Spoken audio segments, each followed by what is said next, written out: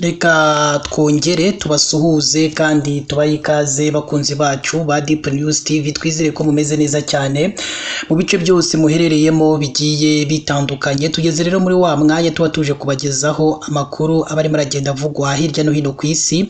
Amakuru yacu rero mu nkundire tuyahere hano mu karere ka Ngororero, aho umubyeyi yabyariye muri kwa Esteri. Inkuru irimo iragenda igarukwaho mu bitangazamakuru bitandukanye ni y'umubyeyi w'imyaka 22 wavaga mu karere ka Muhanga yerekeza mu karere ka Rubavu. Ubwo yari ari mu modoka itwara abagenzi izwi nka Kwasiteri, yahise abyarira mu nzira bageze mu karere ka Ngororero. Aya makuru kandi yamenyekanye kuri uyu wa mbere tariki ya 10 Ugushyingo 2025 ubwo uyu mubyeyi yafatwaga n'ibise bageze mu murenge wa Ngororero ahitwa Kazabe.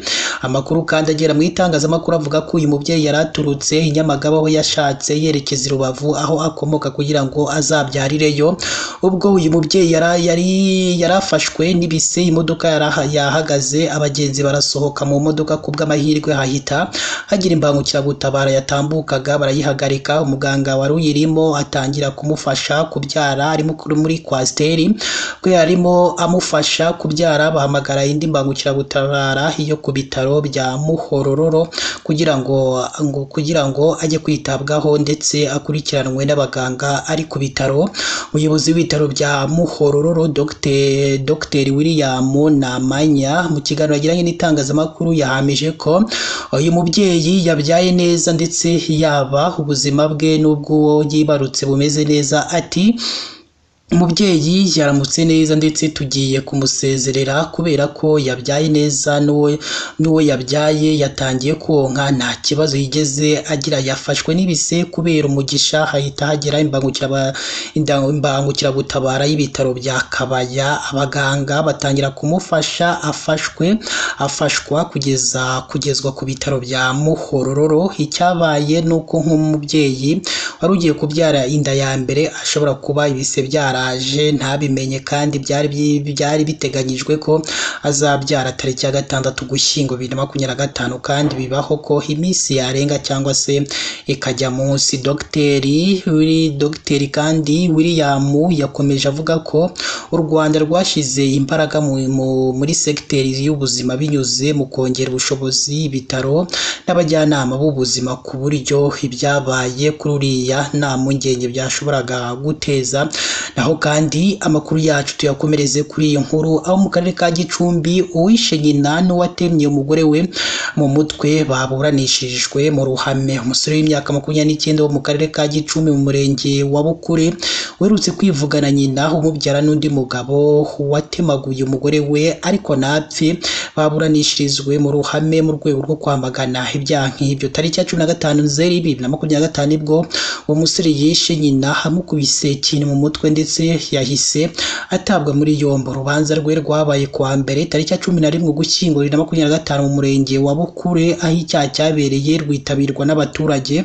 Uwo musore yaburanye yemera icyaha ariko ntiyagaragaza kwicuza. Ubushinjacyaha bwavuze ko uwo musore yigeze no gukubita nyina ndetse arabifungirwa ku buryo iyo ari impamvu nkomezacyaha, ibyatumye asabirwa n'ubushinjacyaha bukatirwa igihano kiruta ibindi ari cyo igifungo cya burundu. Kuri uwo munsi kandi haburanishirizwe mu ruhame umugabo mu murenge wa Giti ukurikiranweho icyaha cyo kugerageza kwica umugore we ku wa 18 Kanama 2025. Uwo mugabo yategeye mu nzira umugore we Nyiranizeyimana Christine agerageza kumwica. Bari bamaze iminsi batabana, yarahukanye bitewe n'amakimbirane yo mu rugo. Ubushinjacyaha bwavuze ko uwo mugabo yatemye umugore we mu misaya yombi no mu mutwe arangije amujugunya mu sina azi ko yapfuye, gusa ku bw'amahirwe haboneka ubutabazi aravurwa. Uwo mugabo yaburanye yemera icyaha ndetse avuga ko bari banafitanye amakimbirane, ariko avuga ko icyo yamukubise ari igiti aho kubaho umuhoro kandi ko atari agamije kumwica.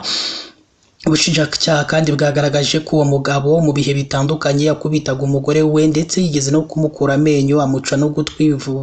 Bivuga ko izo mpamvu ari inkomezacyaha, buheraho bumusabira igihano cy'imyaka 25. Izo manza zombi zizasomerwa aho zabereye kwa 18 Ugushyingo 2025 saa 8 z'amanywa. Abaturage bitabiriye izo manza babwiye RBA ko bishimiye uburyo kuburanisha kuburanisha abo bantu byabereye mu ruhame kuko bari bashenguwe cyane n'ibikorwa bakoze. Nyiratunga Pauline yagize ati meya yaje kudusura atwihanganisha, tumubwira ko twifuza kuriya mu wishe umuntu yaza kumburanishirizwa hano tukamureba. Abaturage wabonaga bafite intimba mu mitima yabo, twabonye ari byiza kuba bamuzanye hano. Meya w'akarere ka Gicumbi Nzabonimpa Emmanuel yavuze ko izo manza zombi zaburanishirizwe mu bukangurambaga bwo kurwanya ibyaha, hanatangwa ingero ku mategeko abihana no kwigishwa uburyo bwo kutihanira. Ati dufite inzego z'umuryango, iz'ubuyobozi, iz'umutekano, iz'ubugenzacyaha. Twashakaga no kwerekana n'abaturage ko bakwiye kugana izo nzego mu gihe bagiranye amakimbirane n'abandi, aho kugira ngo bihanire cyangwa bihorere. Naho kandi reka tuve mu makuru harimo aragenda havugirwa mu gihugu cy'u Rwanda, tunyarukire mu makuru harimo aragenda avugirwa hanze y'igihugu cy'u Rwanda, aho tugiye kuyahera hano muri Repubulika Iharanira Demokarasi ya Kongo, ni hariya Masisi, aho kuri ubu ngubu drone za FARDC zongeye kwibasira ibice bituwe ahitwa Ruki. Indege zitagira abapilote z'igisirikare cya Repubulika Demokarasi ya Kongo zagabye ibitero bivugwa ko byongeye kwibasira abasivile mu ijoro ryakeye muri teritwari ya Masisi mu ntara ya Kivu y'Amajyaruguru. Mu itangazo ryashyizwe ahagaragara n'ihuriro rya FC23 ryamaganye mu buryo bukomeye ibitero bya drone bidasiba bikomeje kugabwa n'ingabo z'ihuriro ry'ubutegetsi bwa Kinshasa. FC23 yagize ati ibi bitero binyuranyije n'amasezerano yo guhagarika imirwano byongeye kwibasira abaturage b'abasivile mu ijoro ryo kuwa mbere tariki 10 Ugushyingo rishyira kuri uyu wa kabiri tariki 11 Ugushyingo uyu mwaka kuri iyi nshuro ahitwa Ruki muri teritwari ya Masisi. Mu guhangana n'ibyo bikorwa by'ubugizi bwa nabi byibasira inzirakarengane, FC23 ivuga ko itamagana gusa aya makosa yagiye akorwa, ahubwo yongeye gushimangira ubwitange budasubirwaho bwo kurinda no kurengera abasivile bamaze igihe bibasirwa n'ingabo za Kinshasa. Abakunzi bacu rero ba Deep News TV, mu nkundire amakuru yacu aragezweho kandi ari breaking news tuyasoreze ahangaha. Icyo tubasabye ni kimwe gusa, muri munsi y'amakuru murabona ahantu handitse ijambo subscribe cyangwa sabone kugira ngo nyine mujye mu bambere mu kubona amakuru ndetse n'ibiganiro tugenda dutambutsa umunsi ku munsi. Ikindi kandi muduhe n'ibitekerezo byanyu, igishima kitugira inama y'ibyo tugomba guhindura mu makuru ndetse n'ibiganiro tugenda tubagezaho umunsi ku munsi. Mukomeze mugire ibihe byiza, Imana ikomeze bane namwe.